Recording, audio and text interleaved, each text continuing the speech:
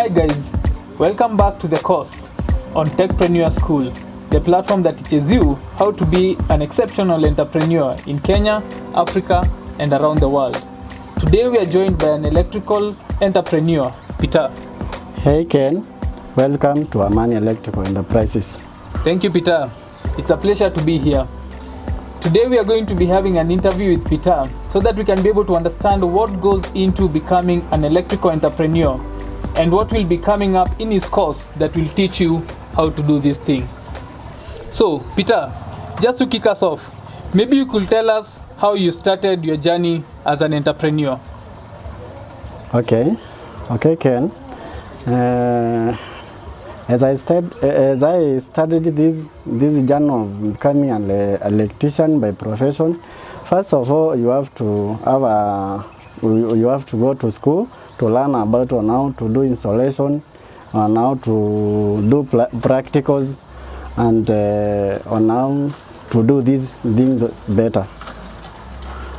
Okay, so how long ago was it when you started your entrepreneurship as an electrician?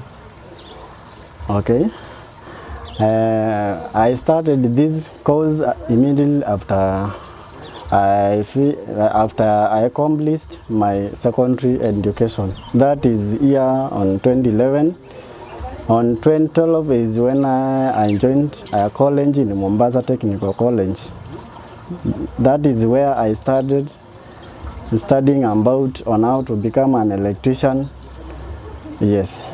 And when did you finish school and actually start out in the industry, actually start working as an electrician? Okay. Obviously it took 4 years. So after there, I that joined. Was 2014. 2014. Yes. Okay. Is when I started doing this site of electrical installation. First of all, I was working in Mombasa with one of my contractor named Mokanti. He's the one who trained me on how to chase on how to do drop work piping, and from Mokanti I congratulate him because what he gave to me, it was good, and I was happy to work with him. So you had a sort of a mentor who you were able to learn under? Yes. Okay. And so seeing that you've been doing this since, as you said, 2014, yes, when you finished school, yes, what would you say have been some of the biggest challenges that you have faced in doing this business? Some of the big challenges with this, when you are in this field of electrical installation, one, there are some of the contractors who give you jobs. You do jobs, sometimes they don't want to pay you. For example, you go from Mombasa Changamwe to town, you do a job, and that time you don't have fare, so it becomes a big challenge to you. Sometimes you do the work and the work is not perfectly done, so that is another problem. So it has so many challenges. If I can say, yes. Oh, interesting. And what are the typical hours of work in this kind of business?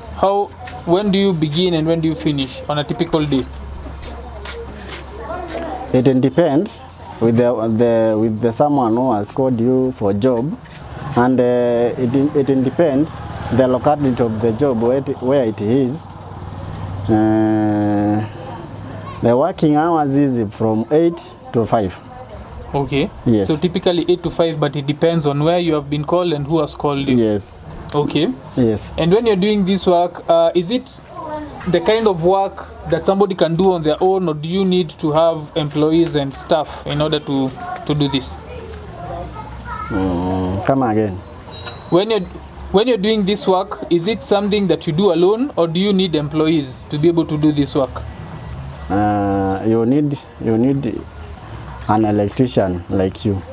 because the work you want to, though it depends with the type of the work you are going. Either it may, if it is piping, you need someone to help you on how to chase. You show him on how to chase, because obviously you can't take a job and you do it alone. That is selfish. Okay. Yes. So your philosophy is when you work with fellow electricians like yourself. Yes. Okay. Interesting. And when we are thinking about when people are thinking about getting into this business, you've already said that they need to be trained in order to do this business, yeah? Yes. How is it a business that requires a lot of capital to get into, or is it something that you can be able to do without much capital? Okay, it depends with someone who is doing that job. If he or she has that passion of doing that job, because some of these jobs, like to having an electrical shop, it is not an easy task. So there it needs someone to sacrifice a lot. For me, this is how I started. When I was being called to do a job, some of the man, I was, even if I do for 7 days, that is 7,000. So I cut off for 4,000. I go for some electrical accessories. I keep them in the house. So I did that. I was doing this thing gradually. Okay. So after a while, I had it like 10 cartons of electrical accessories. Okay. That is where I started thinking of on how I can rent an house, and I start a business there. You start a shop? Yes. So basically what you're telling us is that you can start without having capital, and then just by plowing back whatever little you get from the jobs, you can eventually buy stock and open your own shop. Yes. Selling electrical appliances. Yes. Okay, very interesting. And so just to wind up, maybe you could let the guys watching at home know what should they be expecting when they sign up for your course. What are they going to learn in your course? I will be taking you on how to do pipe work, drop work, wiring, and on how to run a shop like this one. Okay, so you're going to be teaching them both how to do the work of an electrician, as well as how to run a shop. Okay, wonderful. Yes. So thank you sana Peter, and we look forward to your course. Guys, as you've heard, there's going to be a lot for you to learn here. If there's anybody out there who studied how to be an electrician and you're figuring out how to start your own business, how to become an entrepreneur in the field of being an electrician, then this is the course for you. Welcome to the course, and see you there. Cheers.